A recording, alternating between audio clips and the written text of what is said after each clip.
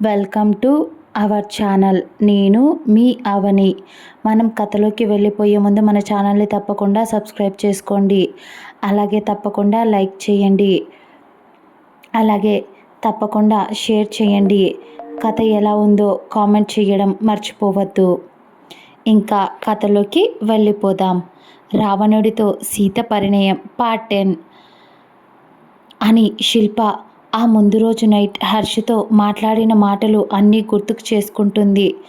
పాపం ఆశ్రిత మేడం, మిగతా 5 మంది పనివాళ్ళు ఏ పని చెప్పినా కూడా అస్సలు అలసిపోతున్నా కూడా వాళ్ళు వదలడం లేదు. శిల్ప హర్ష ఏం చెప్పాడో అదే చేస్తుంది. వాళ్ళు చూడనప్పుడు వెళ్ళి ఆశ్రితకు సహాయం చేస్తుంది. అజయ్ విజయ్కి కోపం వస్తున్నా కూడా ఇంకా ఏం చెయ్యలేక తన అన్నయ్య మాట కాబట్టి సైలెంట్గా ఉన్నారు. వాళ్ళు చూసి చూడనట్టు.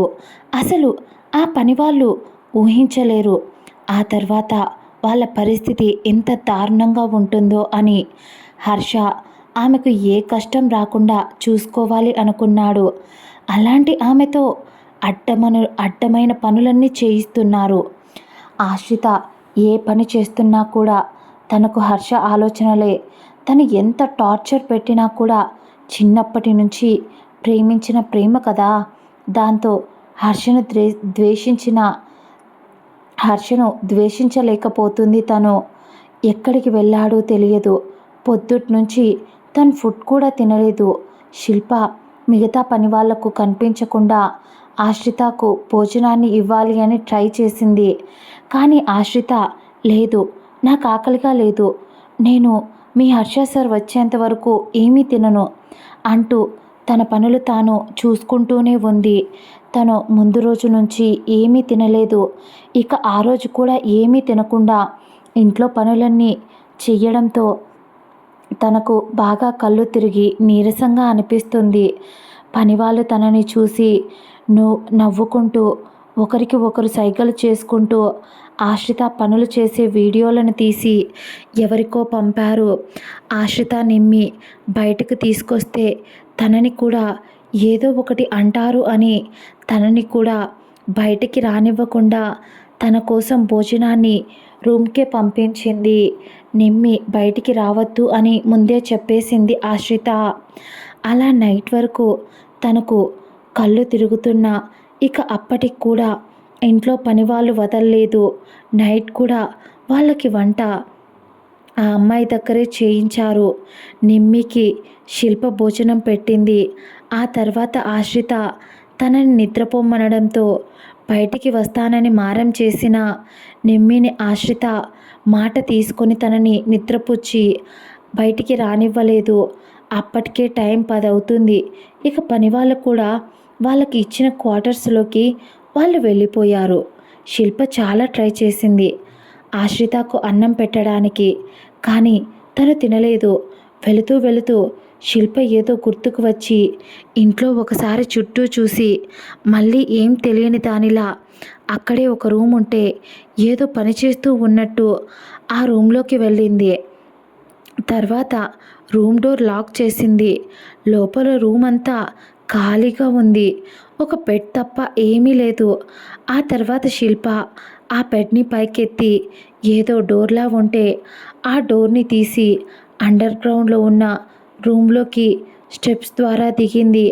అక్కడ లోపలికి వెళ్ళగానే ఇంకా 2 లోపల వర్క్ చేస్తూ ఉన్నారు. వాళ్ళ దగ్గరికి వెళ్ళి ఎంతవరకు వచ్చింది అని శిల్ప అడిగింది. అక్కడ ఉన్న ఆ 2 శిల్ప వైపు చూస్తూ ఎవరో పెద్ద హ్యాకర్లా ఉన్నారు, అందుకే వాళ్ళు ఏ సాఫ్ట్వేర్ యూజ్ చేస్తున్నారో అస్సలు తెలియడం లేదు. ప్రస్తుతానికి హర్ష సార్ చెప్పినట్టు వాళ్ళు సీక్రెట్గా ఇంట్లో పెట్టిన కెమెరాస్ అన్నీ ఆఫ్ చేశాను, కానీ అవి నైట్ 3కి అలా మళ్ళీ రీస్టార్ట్ అవుతాయి. అంతలోపు హర్ష సార్ ఇంటికి వచ్చి ఆశ్రిత మేడంతో అంతవరకు మాట్లాడొచ్చు. సార్ ఎక్కడున్నారంట అని అక్కడున్న 2 శిల్పని అడగ్గా, ఏమో సార్ కాల్ లిఫ్ట్ చేయట్లేదు, నేను చాలాసార్లు ట్రై చేశాను, ముఖ్యంగా ఈ ఇంట్లో పనివాళ్ళు, వాళ్ళని చూస్తుంటే నాకు ఒళ్ళు మండిపోతుంది. నేను నా ఒరిజినాలిటీలోకి వస్తే ఒక్కొక్కరిని కసి తీరా చంపేస్తాను. హర్ష సార్ చెప్పకపోయినా ఆశ్రిత మేడంని ఎంత టార్చర్ చేస్తున్నారు అసలు. పనివాళ్ళయి ఉండి మేడంని ఇంతగా హింసిస్తారా అని శిల్ప అంటూ, సరే మీరు పనంతా కంప్లీట్ చేసి ఉంచండి అని అంటూ శిల్ప వచ్చిన దారి నుంచి బయటకు వెళ్ళిపోయింది. ఆ తర్వాత ఒకసారి వెళ్తూ వెళ్తూ ఆశ్రిత వైపు చూసింది. ఆశ్రిత హర్ష కోసం తను ఎప్పుడు వస్తాడా అని అంటూ బయటికి చూస్తూ ఉంది. శిల్ప ఆశ్రితను చూస్తూ చూస్తూ తనకి ఇచ్చిన రూమ్కి వెళ్ళిపోయింది. ఆ తర్వాత ఆశ్రిత అలాగే అక్కడే నేలపై కూర్చొని టేబుల్పై తల పెట్టుకొని పొద్దుటి నుంచి పని బాగా చేసి అలసిపోయి కళ్ళు మూతలు పడుతున్న హర్షకేదైనా జరిగి ఉంటుందేమో అని ఆ ఊహే భరించలేక తన మనసుకు నెగిటివ్ వైబ్స్ రావడంతో తనకు మనశ్శాంతి కరువై ఎప్పుడు వస్తావు హర్ష అని చూస్తూ భయంతో కన్నీళ్లు కూడా వస్తున్నాయి. ఒకవైపు హర్షను తిట్టుకుంటుంది. ఈయన గారికి అసలు రాత్రి పగలు అంటూ తేడా లేదా? నైట్ టైం ఎవరైనా వర్క్ చేస్తాడా? రాక్షసుడు, మాన్స్టర్ గాడు, అసలు బుద్ధి లేనివాడు. నన్నంటేనే మనిషిలా ట్రీట్ చేయడం తెలియదు. కానీ అతనికి తెలివి లేదా? ఇంత తాడి చెట్టులా ఉంటాడు. దేవుడు ఆ బుర్రలో అంత గుజ్జైనా ఇవ్వకూడదా అని తిట్టుకుంటూ అనుకుంటూ వెక్కిళ్ళు పెడుతూ ఏడుస్తూ ఉంటుంది ఆశ్రిత. దాదాపు 12 అవుతూ ఉంటుంది. అప్పుడు వచ్చాడు హర్ష. హర్ష ఆశ్రితకి హర్ష కార్ రాగానే ఆ చప్పుడుకి టక్కున లేచి నిల్చుంది. తనకు కళ్ళు తిరుగుతున్నా కూడా హర్ష వచ్చాడు అనే ఒక సంతోషంతో బయటికి పరుగు తీసింది. హర్ష కార్ పార్క్ చేసి కార్లో నుంచి దిగి బయటికి వచ్చాడు హర్ష. హర్షని చూసిన ఆనందంలో అప్పటిదాకా పడ్డ బాధ మర్చిపోయి పరిగెడుతూ వెళ్ళి గట్టిగా హగ్ చేసుకుంది హర్షను. ఆమె అలా వచ్చి టక్కున హత్తుకోవడంతో ఆశ్రిత ఊహించని చర్యకు 2 అడుగులు వెనక్కి వేశాడు. హర్ష ఆశ్రిత హక్లో తనని ఆమె ఎంత మిస్ అయిందో తెలుస్తూ ఉంటే అప్పటికే అతడు చెప్పిన పనులు చేశాము అని శిల్ప దగ్గర నుంచి మెసేజ్ రావడంతో ఇక హర్ష ఆలస్యం చేయకుండా ఆమెను గట్టిగా హక్ చేసుకున్నాడు. ఆశ్రిత భయంగా వణుకుతున్న గొంతుతో తనని ఇంకా గట్టిగా హక్ చేసుకుంటూ హంష హంష నీకేం కాలేదు కదా అని అంటూ ఏడుస్తూనే ఉంది. హర్ష తనను అలా చూసి తను ఇంకా గట్టిగా 2 చేతులతో బిగించి కౌగిలించుకొని ఒకసారి చుట్టూ చూశాడు. తనకు ఉదయం నుంచి జరిగినవన్నీ గుర్తు వచ్చి త్రుటిలో తనకు తప్పిన ప్రమాదం గురించి ఆలోచించి తనని ఎక్కువసేపు బయట ఉంచకూడదు అని ఆశ్రితను తన నుంచి పక్కకు జరుపుతుంటే ఆశ్రిత మాత్రం చిన్నపిల్లలా అలాగే పట్టుకుంటూ నన్ను దూరం పెట్టకు, నాకు సిగ్గులేదు అనుకో, అయినా కూడా నీకేదైనా అయ్యిందని ఆ ఆలోచనను నేను తట్టుకోలేను. మార్నింగ్ నుంచి నాకు ఏవేవో నెగిటివ్ వైబ్రేషన్స్ వస్తూనే ఉన్నాయి. ఏవేవో పిచ్చి పిచ్చి థాట్స్ వస్తూనే ఉన్నాయి. ప్లీజ్ హంష, ఏం జరుగుతుందో చెప్పవా అంటూ బేలగా అతని వైపు చూస్తూ అడిగింది. ఆమె బాగా ఏడవడం వల్ల పైగా ఉదయం నుంచి సరిగ్గా తినకపోవడం వల్ల ఆమె మొహం చూస్తే హర్షకు చాలా బాధ వస్తుంది. అంతేకాకుండా ఆ ఇంట్లో పనివాళ్ళు తనని ఎన్ని బాధలు పెట్టారో ఆ రోజు అవి అన్ని వీడియో క్లిప్స్ హర్షకు వెళ్ళిపోవడంతో హర్షకు కోపం కంట్రోల్ కావడం లేదు. ఆమెను మహారాణిలా చూసుకోవాలనుకున్న అతడి కలను అలాంటిది ఆమె కింద పాదం పెడితే కందిపోతుందేమో అని ఆమె కోసం అతను రాత్రింబవలు కష్టపడ్డాడు. అలాంటిది అతని ఇంట్లో ఆమెను పని మనిషిని చేశారు. అతను అన్నాడు కానీ మరి ఇంత ఘోరంగా ట్రీట్ చేస్తారు అని హర్ష కూడా ఎక్స్పెక్ట్ చేయలేకపోయాడు. ఇది కేవలం ఆశ్రిత మేనత్త అయిన నిర్మలాదేవి మాత్రమే చేయించింది అని అనుకున్నాడు. కానీ సంథింగ్ రాంగ్. దీనిలో హర్ష కన్నా ఇంకా పవర్ఫుల్ క్యాండిడేట్ ఎవడో ఉన్నాడు. అందుకే హర్ష ఆలోచిస్తున్నాడు ముందడుగు వేయడానికి.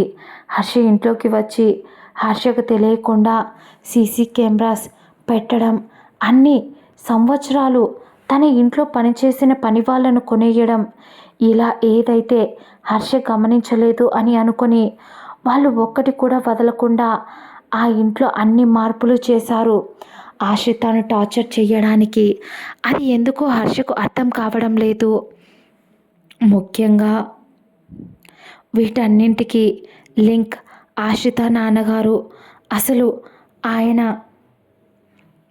ఆయన ఎక్కడ ఉన్నారో లేరో కూడా అర్థం కావడం లేదు. హర్షకు పిచ్చెక్కిపోతుంది.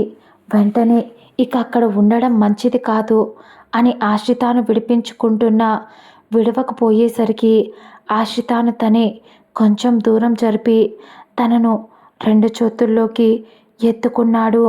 ఆశ్రిత ఆశ్చర్యంగా హర్ష వైపు చూస్తూ, హర్ష, నన్ను దించవా ప్లీజ్, నన్ను ఎక్కడికి తీసుకెళ్తున్నావు, నేను ఏ తప్పు చెయ్యలేదు అని అంటూ హర్ష కళ్ళల్లోకి చూస్తూ కన్నీళ్లతో చెప్పింది. అప్పటికే సీసీ కెమెరాలు ఆఫ్లో ఉండడంతో తనకు ఇచ్చిన టైంలోగా ఆశ్రితతో అన్నీ మాట్లాడాలి అని తనని వెళ్ళడమే తన రూమ్లోకి తీసుకుని వెళ్ళాడు. తీసుకువెళ్ళి ముందు తనని 5 మినిట్స్లో ఫ్రెష్ అయ్యిరా, నేను నీతో చాలా మాట్లాడాలి. పొద్దుటి నుంచి ఇంట్లో పనులన్నీ చేసి చాలా అలసిపోయావు, మనకు టైం లేదు ఆశ్రి, వెళ్ళి త్వరగా రా అని చెప్పి ఆశ్రితను వాష్రూమ్ దగ్గర వదిలాడు. ఆశ్రితకి అస్సలు అర్థం కావడం లేదు. అసలు హర్ష తనను అలా తీసుకురావడం, అది డైరెక్ట్గా తన రూమ్కు తీసుకువచ్చి తనని ఫ్రెష్ అయ్యి రమ్మని చెప్పి అతడు మాత్రం పక్కన రూమ్లోకి ఫ్రెష్ అవ్వడానికి వెళ్ళాడు. ఆశ్రితకు అసలు ఏమీ అర్థం కాక తనని తాను చూసుకొని పాత చీర, మార్నింగ్ తను మంచి చీర కట్టుకుంది. అది చాలా కాస్ట్లీదేమీ కాకపోవచ్చు, కానీ జస్ట్ సాదా సీదా నార్మల్ శారీ అయినా తను చాలా చాలా నీట్గా చీర కట్టుకొని ఉండడంతో అందులో ఉన్న పని వాళ్ళు కుళ్ళుకొని పాత చీర ఒకటి ఉంటే దాన్ని ఆశ్రితాన్ని కట్టుకోమని టార్చర్ చేశారు. కట్టుకోకపోతే వేడివేడి అన్నం గంజి తన చేతిపై ఒలికేలా చేసి వాళ్ళకేమీ తెలియనట్టు ఆ రోజంతా ఆమెను టార్చర్ చేస్తూనే ఉన్నారు. అదంతా గుర్తుకు వచ్చి తన చీర చాలా గలీజ్గా ఉండడంతో ఆ చీర వైపు తను కూడా చిరాగ్గా చూసి ఇంతకుముందు హర్ష తన కోసం అక్కడ ర్యాక్లో బట్టలు తీయడం గుర్తుకు వచ్చి ఆ ర్యాక్ దగ్గరికి వెళ్ళి దానిలో ఉన్న బట్టలన్నీ చెక్ చేసింది. దాంట్లో చాలా రకాల డ్రెస్సెస్ ఉన్నాయి. దాంట్లో జస్ట్ సింపుల్గా ఉన్న ఒక శారీని తీసుకొని ఆ తర్వాత వాష్రూమ్కి వెళ్ళింది. మొదట పాత చీరను విప్పి బయట పడేసి చాలా ప్రశాంతంగా హాట్ వాటర్తో హర్ష 5 నిమిషాలు అని చెప్తే తను ఒళ్ళంతా చాలా శుభ్రంగా స్నానం చేసి ఏదో తలభారం దిగిపోయినట్టు అనిపించేంతగా తృప్తి పడింది. తన మనసు తనకు హర్ష హక్కే సరిపోతుంది, జీవితాంతం ఒక హక్తోనే బ్రతికేసేంత ఇష్టం హర్ష అంటే ఆశ్రితకు. దాంతో త్వరగా స్నానం చేసి కనీసం తల కూడా సరిగ్గా తుడుచుకోకుండా వాష్రూమ్ పక్కన ఉన్న డ్రెస్సింగ్ ఏరియాలో శారీ కట్టుకొని ఆ తర్వాత బయటికి వచ్చింది. బయటికి వచ్చి చూసేసరికి హర్ష నార్మల్ నైట్ డ్రెస్లో ఫ్రెష్ అయి వచ్చాడు అనుకుంటా. అంతేకాకుండా తనతో పాటు పక్కనే ఉన్న డైనింగ్ టేబుల్పై ఫుడ్ని కూడా అరేంజ్ చేయించాడు శిల్పతో చెప్పించి. ఆ తర్వాత ఆశ్రిత రావడంతో ఆశ్రితను చూసి తన మొబైల్ని స్విచ్ ఆఫ్ చేసి పక్కన పడేసి మెల్లగా ఆశ్రిత దగ్గరికి వెళ్ళి నిలబడ్డాడు. తీక్షణంగా ఆమె కళ్ళల్లోకి చూస్తూ ఉన్నాడు. కూసంత కూడా ఆమె కళ్ళల్లో అతడు అన్న మాటలకు కానీ, అతడు పెట్టిన బాధలకు కానీ, అతడు ఇచ్చే మాట తప్పి ఇలా బిహేవ్ చేస్తున్నందుకు కానీ ఆమె రిగ్రెట్‌గా ఫీల్ అవ్వడం లేదు. అతన్ని దూషించడమే లేదు. అతడి మీద ఎప్పుడూ ఆమె చూపించే స్వచ్ఛమైన ప్రేమే అతనికి ఆమె కళ్ళల్లో కనిపిస్తూ ఉంటే ఆశ్రిత చెంపపై చెయ్యి వేసి, "ఈ చేతితోనే కదా నిన్ను నేను కొట్టాను" అని అంటూ ఆమె వైపు చూస్తూ, "నా మీద కోపం రావడం లేదా? అని నేనంటే అసహ్యం కలగడం లేదా?" అని అంటూ ఆమెను గట్టిగా గుండెలకు హత్తుకున్నాడు. ఏదో ఆమె ఎక్కడికో వెళ్ళిపోతుంది ఏమో అన్నంత భయం వేసి, లేదా తనని ఎవరైనా తన నుంచి దూరం చేస్తారేమో అన్నంతగా హగ్ చేసుకున్నాడు. ఆ హగ్‌లో ఎలాంటి కామం లేదు, ఎలాంటి కోపం లేదు. ఒక స్వచ్ఛమైన ప్యూరిటీ ఉన్న లవ్ మాత్రమే కనిపిస్తూ ఉంది. ఎవరికైనా తనివి తీరా హగ్ చేసుకొని ఆమె వెక్కిళ్ళు పెడుతూ ఉంటే, ఏడుస్తూ ఉంటే, ఇంక ఈ ఏడుపు చాలు, ముందు ఇలా రా అని చెప్పి ఆమెను బెడ్పై కూర్చోబెట్టి పక్కనే ఉన్న ఫుడ్ ఐటమ్స్లోంచి కొన్ని ఐటమ్స్ తీసి తనకు ఇష్టమైన చికెన్ కర్రీని కూడా తెప్పించాడు హర్ష. కానీ ఆమెకు ఎంత ఇష్టమైన ఫుడ్ ఉంటే మాత్రం ఏం లాభం? తన ప్రేమ తన కళ్ళ ముందు రోజు ఒక కొత్త రకమైన రూపాన్ని దాలుస్తూ ఉంటే ఆశ్చర్యంగా చూస్తూ ఉండిపోయింది. ఆ తర్వాత హర్ష ఆమె వైపు చూస్తూ, "ఎందుకలా చూస్తున్నావు? ఇప్పుడు నువ్వు అడిగే ప్రతి ఒక్క క్వశ్చన్‌కి నేను నీకు ఆన్సర్ చెప్తాను. కానీ కొన్నింటికి నాకు తెలియదు. మనం ఏ కుటుంబం కోసమైతే దూరంగా ఉన్నామో దాన్నే చెల్లాచెదురు చేసింది. అసలు ఇదంతా ఆ నిర్మలాదేవి వల్లే. దాన్ని చంపేస్తే వీటన్నింటికి పీడ వదిలిపోతుంది" అని నేను అన్నా. మీ నాన్న సొంత చెల్లెలు కాకపోయినా దాని మీద పెంచుకున్న ప్రేమతో, చెల్లి అయినా కాకపోయినా దాని మీద పెంచుకున్న ప్రేమతో, సొంత చెల్లి అయినా కాకపోయినా చిన్నప్పటి నుంచి అన్న అని పిలుస్తూనే పెరిగింది కదా హర్ష. అంత త్వరగా బంధాన్ని తెంచుకోలేనురా అని ఆయన అన్న మాటల కోసం హర్ష ఆ రోజు ఆగిపోవాల్సి వచ్చింది. ఇవన్నీ హర్ష గుర్తు వస్తూ ఉంటే ఆశ్రిత వైపు చూస్తూ, చాలా రాయిలా మారిపోయానే. అందుకే నువ్వు ఒక్క నిమిషం పెళ్లిపీటలపై వాడి పక్కన కూర్చొని ఉండడం చూసి కోపం వచ్చింది. తట్టుకోలేకపోయా. పైగా నాకు కాల్ చేశావా? నేను ఎక్కడున్నానో నీకు తెలుసు కదా. ఒకవేళ కాల్ లిఫ్ట్ చేయకపోతే నువ్వు నా దగ్గరికి వచ్చే పరిస్థితి. ఇది నిమ్మిని నాకు తెచ్చి ఇవ్వు అంటే నేను తెచ్చి ఇచ్చేవాణ్ణి కదా. అలాంటిది కనీసం సమాధానం కూడా ఇవ్వకుండా పెళ్లి జరుగుతుంది అని నాకు ఒక గంట ముందు తెలిసేలా చేశావు. అందుకే ఒకవేళ నాకు ఈ విషయం తెలియకపోయి ఉంటే ఏం చేసేదానివే? వాడిని పెళ్లి చేసుకొని హ్యాపీగా ఉండేదానివా? అని అంటూ హర్ష ఆమె భుజాన్ని గట్టిగా పట్టుకున్నాడు. గట్టిగా ఒత్తుతూ కోపంలో ఆమె ఎక్కడ అతడికి దూరం అయిపోతుందో అన్న ఊహ కూడా తట్టుకోలేక ఆశ్రితకు ఒక్క నిమిషం బాధ వేసినా, "మరి నేనేం చెయ్యను హర్ష? ఆ రోజు డాడీ కనిపించడం లేదు అని ఇండియాకి వచ్చానురా. ఉన్నట్టుండి వచ్చిన వెంటనే ఒక్కొక్క ప్రాబ్లం నా మెడకు చుట్టుకున్నాయి. ఆఫీస్లో అన్ని చోట్ల స్కామ్స్ జరుగుతున్నాయి. వాటిని చూసి అన్నీ చెక్ చేసి దాని వెనకాల ఎవరున్నారా అని అంతా ఎంక్వైరీ చేస్తే అత్తయ్యే దాని వెనుకుండి చేయించింది అని తెలిసింది. దాంతో భరించలేకపోయాను. అయిన వాళ్ళే ఇంత మోసం చేస్తారా అని సగం కుంగిపోయాను హర్ష. ఆవిడ చిన్నప్పటి నుంచి అంతగా ప్రేమ చూపించకపోయినా కనీసం అత్తయ్యే కదా ఇంట్లో మనిషి అని అంటూ ఒక అభిమానమైతే ఉండేది. నాన్న ఎలాగో నేను కూడా అలాగే అందరినీ మనవాళ్ళే అని కలుపుకొని చూసుకుంటాను. ఆ విషయం నీకు కూడా బాగా తెలుసు కదా హర్ష. నేను ఎక్కడికి వెళ్ళేది, ఏం చేసేది అని నువ్వు ఎప్పటికప్పుడు తెలుసుకుంటూ ఉన్నావు. కానీ ఆ కొద్ది రోజుల సమయంలో ఏం జరిగిందో తెలియదు. నిన్ను కాంటాక్ట్ అవ్వడానికి చాలా ట్రై చేశాను. నేను ట్రై చేసిన ప్రతిసారి ప్రతి దారి మూసుకుపోతుంది. ఏం చేయాలో పిచ్చెక్కిపోతుంది. టైం దగ్గర పడిపోతుంది. నేను చేసే ప్రతి ఒక్క పనిని అత్తయ్య అడ్డుకట్ట వేస్తూ వచ్చింది. ఇంట్లో నిమ్మీని టార్చర్ చేయడం. ఇంకొకటి ఆ విధవ వరుసకు బావ. ఆ పిలుపు కూడా వాడు అర్హుడు కాదు హర్ష. వాడు ఎన్నిసార్లు నన్ను నీచంగా టచ్ చేశాడో తెలుసా? వాడు కుక్క. నేను ఏదైనా పనిలో ఉంటే నిమ్మిని టార్చర్ చేసేవాడు. నేను ఎన్నోసార్లు వాడిని కొట్టాను హర్ష. అప్పుడు అత్తయ్య నన్ను కూడా కొట్టింది అని అంటూ హర్షను హక్ చేసుకొని ఏడుస్తూ చెప్పింది. ఆ మాటలకే హర్ష పిడికిలి బిగుసుకుంది. ఆశ్రితను గుండెలకు హత్తుకుని ఆమె కంట్లో నుంచి కన్నీళ్లు వస్తుంటే ఆ కన్నీళ్లను తుడిచి ఆమె నుదుటిపై ప్రేమగా ముద్దు పెట్టి, ఇక ఆపేసి, ఇప్పుడు మనకు చాలా సమయం లేదు.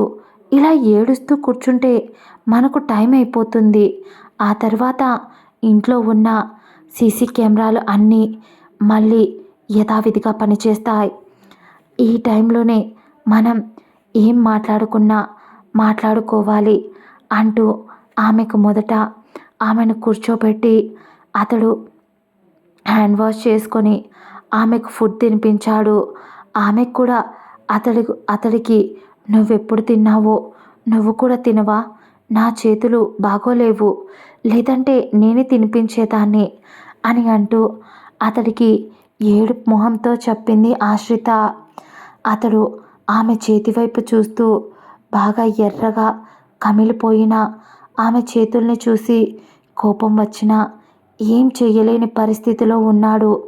కాబట్టి సరే, నేను కూడా తింటాను అంటూ అతడు కూడా ఒక 2 ముద్దలు తిని ఆమెకే ఎక్కువగా తినిపించాడు. పాపం ఆశ్రిత సరిగ్గా తిని చాలా రోజులయ్యింది. ఏమో చాలా ఆకలి వేసింది.